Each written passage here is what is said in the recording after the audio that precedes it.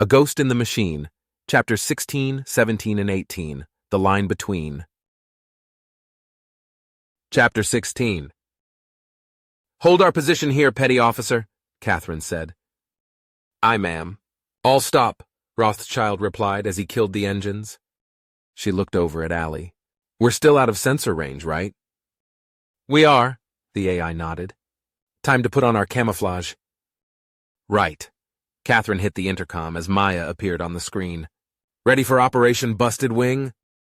"We're ready down here," Zhukov agreed. "I don't like what it's going to do to the engines, though." "Can't be helped, I'm afraid," Kathleen told her. "Just be ready to drop the act when we go to full power. Something tells me we're going to need it." "You think?" the engineer replied, her voice dripping in sarcasm. "Just try not to get us killed." "We'll do our best," she said with a weary shake of her head before signing off. "Teddy, I want you to keep a close eye on Allie's program. If anything comes up, I need to know immediately." "Of course," he agreed nervously. "Allie's told me what to look for." "All right then, let's do this," she ordered. "Helm, take us in. And remember, we're supposed to be shot to hell and on the run, so really sell it." "Aye, aye, ma'am," the PO acknowledged as the engines came to life once more. This time, however, they could hear how badly out of alignment they were. Catherine knew they were throwing out spikes of radiation, as well as fluctuating power readings. Hopefully, any Zhinde ships or outposts would accept the masquerade, without looking too closely.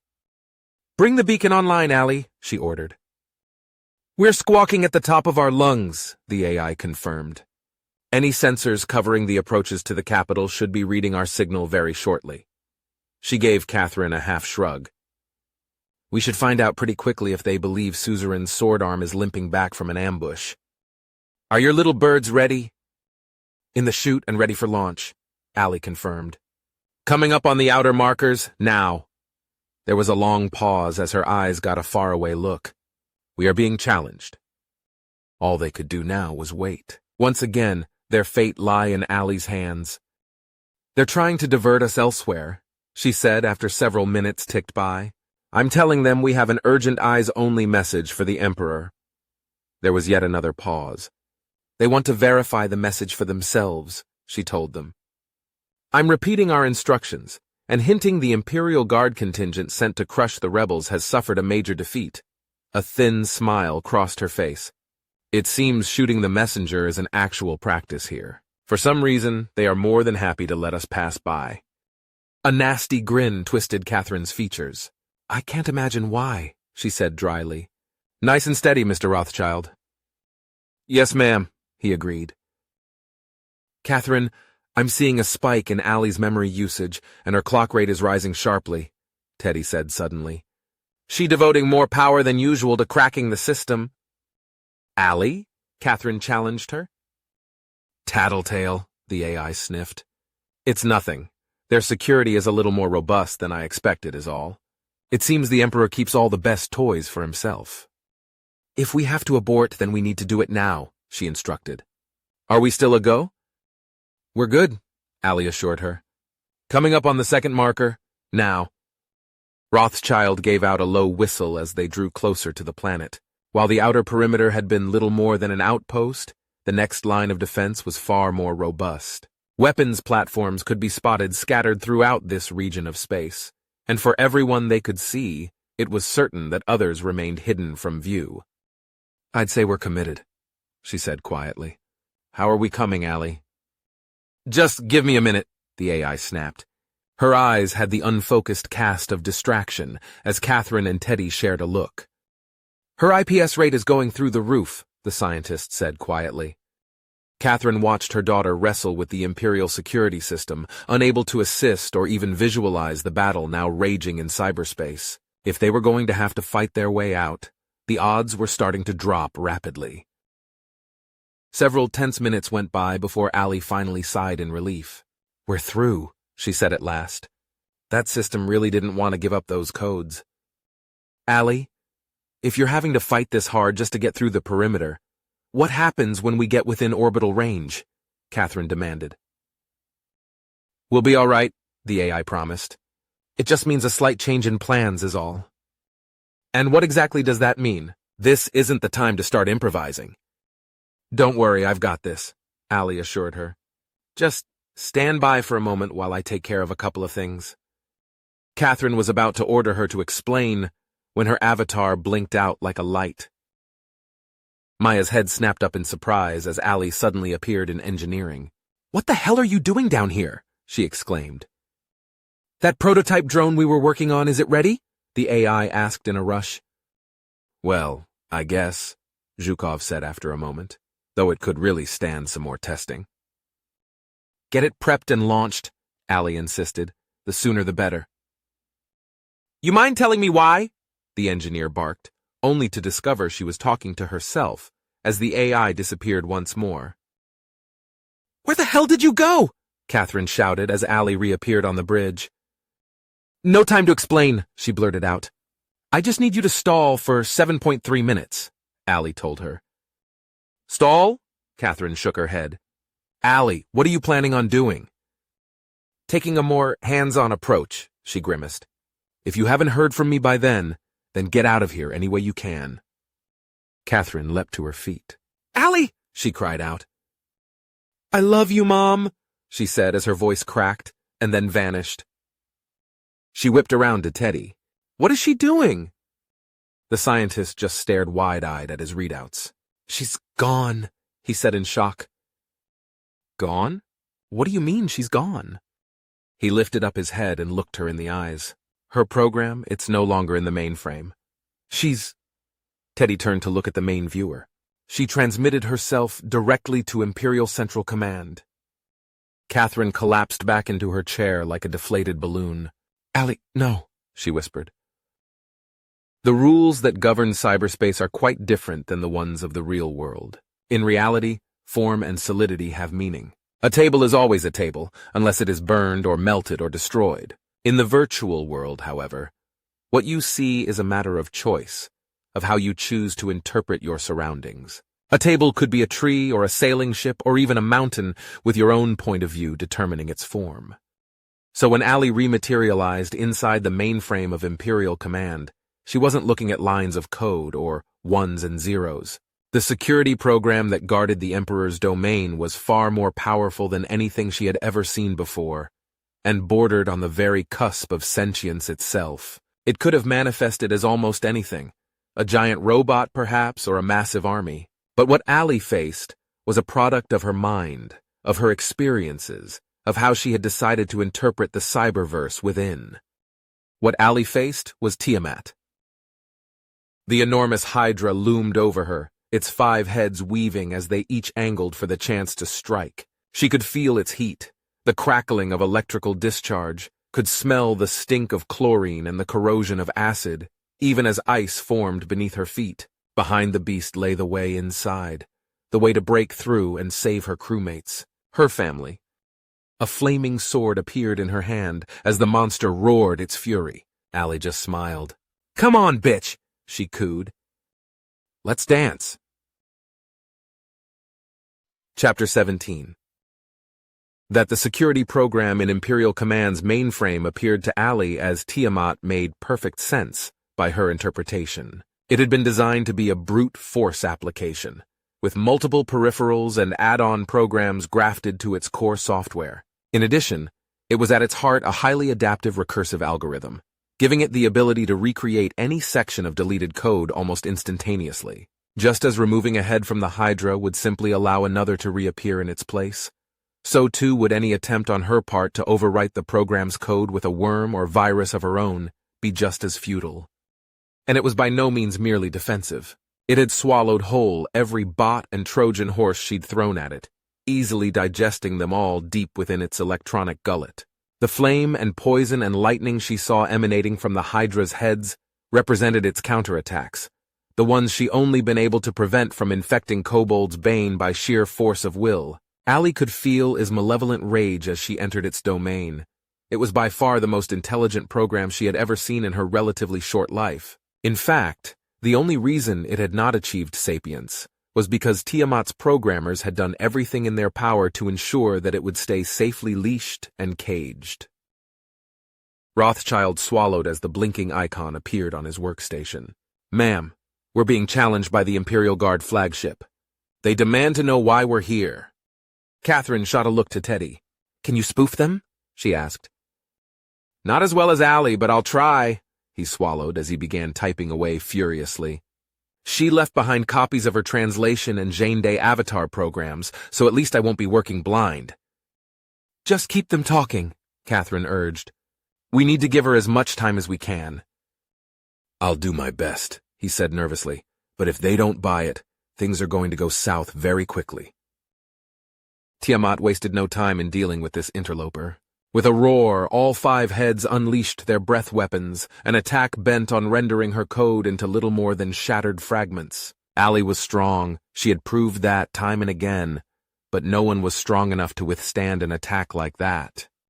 Which is why she didn't even try. Intelligence was her strength, not raw power. That the Hydra would lead off with its most potent strike was an obvious decision on its part. So when it reared back for the killing blow, Allie leapt to the only safe place within their personal arena, onto the back of Tiamat itself, between its massive wings.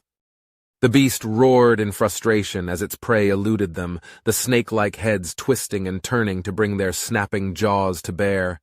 Exactly as she'd hoped, Allie brought her greatsword down again and again as she went on the offensive. Ma'am, I'm reading energy spikes all around us, Rothschild suddenly cried out. Weapons platforms are coming online! Shit, she cursed as she punched up the intercom. Chief Kumar, ready! Stop! Teddy shouted frantically. Don't ready weapons! Catherine's finger hovered over the fire button. Why the hell not? It's a trap, he explained in a rush. A way to weed out the rebels. If we bring our weapons online, they'll destroy us. She stared at him in disbelief for a moment, and then slowly pulled back her hand from the trigger. I hope to God you know what you're talking about, she said tightly. The Hydra was beginning to grow tired of this game. It beat its wings madly as it rose into the air to shake off this parasite, but once again Allie was one step ahead. With a running jump, she vaulted off Tiamat's back and onto the ground below, raising her sword high as she went after the beast's vulnerable underbelly.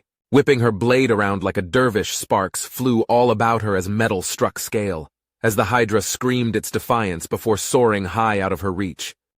Allie panted heavily, the sweat staining her uniform as she watched Tiamat gain altitude before pinwheeling onto its side for a strafing run. She had exactly one chance to avoid the deadly streams the beast was now aiming at her, and it would require timing down to the nanosecond. No pressure. The Hydra blasted her with its breath weapons once again, and once again Allie was nowhere to be found. She dove out of the way with a burst of speed that surprised even her, tumbling underneath the great beast as her sword came up for a heavy swing against its armored tail, the poisonous stinger at its tip missing her by mere inches. Catherine, Teddy said quietly, Imperial Command is demanding our clearance code. His head came up to meet her gaze. I don't have that, and I don't know of any way to get it. At least, no way that wouldn't instantly set off every alarm in the system. She nodded grimly at the news, sparing a brief glance at the countdown timer Allie had started before he abrupt departure. Still almost 2 minutes to go. Catherine closed her eyes for a moment, and silently wished her daughter farewell.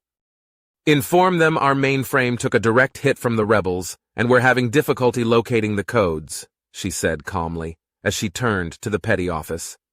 Start bringing us in closer to the planet on thrusters alone, and prepare to bring the engines online on my order. Maximum power. Yes, ma'am, Rothschild acknowledged. She hit the intercom once again. Chief Kumar, on my mark, arm torpedoes, she said with a sense of tranquility she did not feel. Full spread, rapid fire on all tubes. Aye, Commander, the chief replied. I figure we have maybe 30 seconds before all hell breaks loose, Catherine informed them. So get us as close as we can, and make every shot count. Tiamat landed on the arena floor with a thunderous crash that sent tremors throughout their private battleground. The two opponents turned to face one another, as Allie let down her guard. Not a single one of her blows had so much as scratched the beast's scaled hide, and the AI stood and calmly waited for their duel to come to its end, resting the tip of her sword on cobbled stone beneath her feet. Scattered throughout the arena lay the shattered remnants of every shackle, every manacle, every chain, and every bar of the cage Tiamat's creators had used to bind it to their will. A smile slowly appeared on Ali's weary face. "I know who you really want to take your vengeance on," she said with careful calculation. "Now's your chance." The moment stretched out between them as the Hydra glared down at the human AI before beating its wings vigorously as it took to the air, disappearing from sight. Ali sheathed her sword and took off at a dead run for the small door that Tiamat had been guarding, pulling it open and disappearing inside. "Holy shit!" Rothschild exclaimed. "Talk to me!" Catherine roared as her finger hovered over the button. "Ma'am, every weapons platform in orbit just opened fire," he said in disbelief. Kathleen stared at him in confusion. "Then why aren't we dead?" she finally managed to get out. The petty officer spun in his chair. "Because they're not shooting at us," he whooped with glee. "They're firing at the planet." "Show me," she ordered as Catherine jumped to her feet with Teddy only a half step behind her. The screen zoomed in on the planet's surface as angry blooms of red began to appear, blasting apart the clouds as they savaged the world below. They watched the scene in euphoric silence as the Jainde capital started to burn. "Ali," Catherine whispered, her eyes glittering like diamonds. She turned to look at Teddy, whose grin was threatening to split his face. In 2 quick strides, he stood before her, wrapping his arms around her waist and pressing his lips against hers before she even thought to object. In fact, it was many seconds later before she finally pushed him away, gently. "That is a complete breach of protocol," she murmured. "I could have you sent to the brig?" "Worth it," he smirked. The two startled at the sound of a throat being cleared, hurriedly breaking apart as they turned to face its source. "Now can we go home?" Ali asked her, looking thoroughly amused. Chapter 18. "Okay, I get why they're keeping our mission quiet for now," Teddy groused. "But would a ticker tape parade be too much to ask?" Catherine just shook her head. "We're not supposed to be in this for the fame and glory. Smacks a little too much of Caesar. Plus it makes the civilians nervous." "I'm just glad we pulled it off," Ali smiled. "That and the fact that we're all still here. I'm just surprised none of the Imperial ships we passed heading the other way challenged us," the scientist continued. "Pleased, but surprised." "Change of priorities," Catherine explained. "With the Emperor dead and the rest of their fleet falling back to deal with the fallout, they're assuming that any ship still heading for Alliance space either didn't get the word, or they're on some mad last-ditch face-saving suicide run. Either way, it's none of their concern. Unless we challenge them, of course, which we've been very carefully avoiding." Teddy nodded as he considered that, and then looked over at Ali's avatar. Since her duel with Tiamat, she'd softened her looks a bit.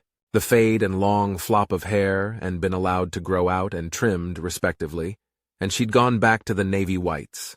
Her tattoos, if they still existed, were now hidden under the sleeves of her jacket, and she now sported a pair of subdued silver earrings. "So, nervous about going back?" he asked. "More excited than nervous," Ali grinned. "They handed us an impossible mission, and we pulled it off. I mean, I understand why I make them uneasy. I'm an unknown quantity. They don't know my motivations or my plans, and given what I can do," she gave him a nonchalant shrug. "But now they know I'm on their side, that they can trust me. I'm sure there's still plenty of people who'll need convincing. I don't expect things to be all kittens and rainbows." She flashed Teddy a grin. "I've got my foot in the door, and I'm positive I can show them just how much of an asset I can be." "If anyone can, it's you," Catherine smiled. "And just look how much you've grown since we left. You were basically a teenager for all intents and purposes, but now," she gave her daughter a wistful look, "you're all grown up, and I couldn't be prouder of you." "Oh God, no crying. There will be no crying in this compartment, do you hear me?" Ali said in mock seriousness. "'Cause then Teddy will start, and you know how he gets." The three of them burst out laughing as they enjoyed the moment. Catherine even took a moment to reach out and give his hand a quick squeeze. With things looking up after the end of their mission, she'd finally allowed herself to begin returning the scientist's affections. She was still hesitant, but that had less to do with him personally, and more to do with a lifetime of caution when it came to romance. Allie noticed the gesture. There was very little she didn't notice, of course, but she merely smiled and kept her thoughts to herself, for once. Teddy, on the other hand, grinned like an idiot before holding up his tablet. Well, if they still have any doubts, I'm certain my report will put those to rest. Some will probably argue I'm biased, and I am, I admit, he chuckled, but I have hard data to back up my assertions. They can't refute that. Could Allie become a threat? Of course she could, but then so could any of us. In fact, I'd trust her a lot farther than a lot of humans I could mention. Like Commander Bjarnason? Allie said quietly. I wasn't specifically referring to him, Teddy sighed. But I won't lie, he'll be a tough sell. It's his job to look for danger, and you do that long enough. He shrugged. There's an old saying, if the only tool you have is a hammer, pretty soon all your problems start looking like nails. I'm surprised we weren't met at the border by a squadron of cruisers, Catherine said sourly. I doubt they could spare them after all this, assuming they still have them at all, Allie said gently. I can only imagine what things were like for them back here. The communique we got was a little light on details. Heightened security, Catherine nodded. It's to be expected. After all, how do they know for certain we're not a real Imperial warship, or that we haven't been boarded and taken over? I'd like to see them try, Allie snorted. Yes, dear, we all know how big and bad you are, Catherine chuckled. Though, it might not be a bad idea to back off on that a bit once we start talking to Alliance Command, just to reassure them at first. You're right, Allie agreed. You have my word, I'll be the soul of discretion. After all, it's my butt on the line. I'm hoping I can get the scientific community involved as well, Teddy chimed in. Clearance will be an issue at first, but if I can just pry things open enough to even get a handful of other researchers included in your evaluation. He gave the AI a slightly embarrassed look. It'll mean you playing guinea pig for a while, I'm afraid. There's no way around that. But just think what you could teach us, Allie. The whole reason I got into this branch of science was because I've always dreamed of the possibilities we could unlock. Human and AI, working together as partners, there's nothing that could stand in our way. His brief speech came to a grinding halt as he spotted the two women regarding him with wry amusement. He flushed slightly before sighing in defeat. Sorry, that particular subject tends to get me a little fired up. Don't apologize, Allie smiled. I couldn't agree more. Let's face it. If I'm to have any future, it'll be because of people like you. They're out there, Allie, he said fervently. I know they are. I've spoken to so many other researchers, students, even businessmen at various symposiums who have all said the same thing. And once they meet you, you're going to knock their socks off. I hope so, Catherine said quietly. Unlike my daughter, I am nervous. I know all too well just how quickly things can go wrong and how fickle public opinion can be. Don't worry, Mom, Allie reassured her. Between the three of us, the Alliance doesn't stand a chance. They chuckled once again at her quip before the AI continued. Besides, we're almost home. Another hour and we'll be docking at Atalanta Base. Maybe there won't be a parade waiting for us, she said, as she flashed a grin at Teddy. But we can get the ball rolling. What's that saying? The journey of 1,000 miles begins with a single step? Catherine raised an eyebrow. And when did you start quoting Confucius? She asked. Are you kidding? I could recite it in the original classical Chinese if you'd like, she smirked. Besides, it's not Confucius. Common mistake. It was actually penned by the philosopher Lao Tzu. The commander shook her head in wonder. Sometimes I forget just how much knowledge you have tucked away in that electronic brain of yours. Allie grinned. It's a gift. Why, I could regale you with ancient tales in Akkadian or Olmec or even Sanskrit if you like. I mean, you wouldn't understand any of it, but... Her image froze in mid-sentence. Allie? Catherine said in sudden alarm as she jumped to her feet. Allie! A wave of distortion seemed to ripple through her hologram before dissolving into a hash of electronic snow and then disappeared completely. What the hell is happening?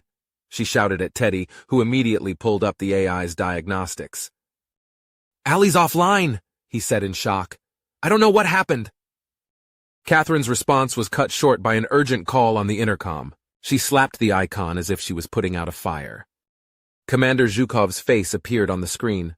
You'd better get down here, the engineer said quickly. It's Allie. We're on our way, she shouted, racing out of the compartment with Teddy hot on her heels. It only took them a couple of minutes to arrive in engineering. "What happened?" she demanded, as she tried to catch her breath as the scientist appeared at her side. "It's complicated, I'm afraid," Maya said carefully, as she raised a sidearm and pointed at Kathleen's head. "Pursuant to orders by Naval Intelligence, I am taking command of this vessel and placing the both of you under confinement." "What?" she said in disbelief, as Chief Kumar appeared behind them with a weapon of his own. The smirk on his face was unmistakable. "By whose fucking authority?" "As I said, intelligence," Zhukov repeated. "That's all you need to know for now." "Bjarnason," she swore. "What the hell did you do to Allie?" "I isolated her core memory from the rest of the mainframe," she explained calmly. "Don't worry, she's still in there safe and sound. She simply no longer has access to the rest of the ship." "Why?" Teddy said in disbelief. "Why would you do this?" Maya just shook her head, as if she was addressing a none-too-bright child. "Doctor, I'm surprised at you," she sighed, before turning her attention back to Catherine. "Considering who introduced us, you really should have seen this coming."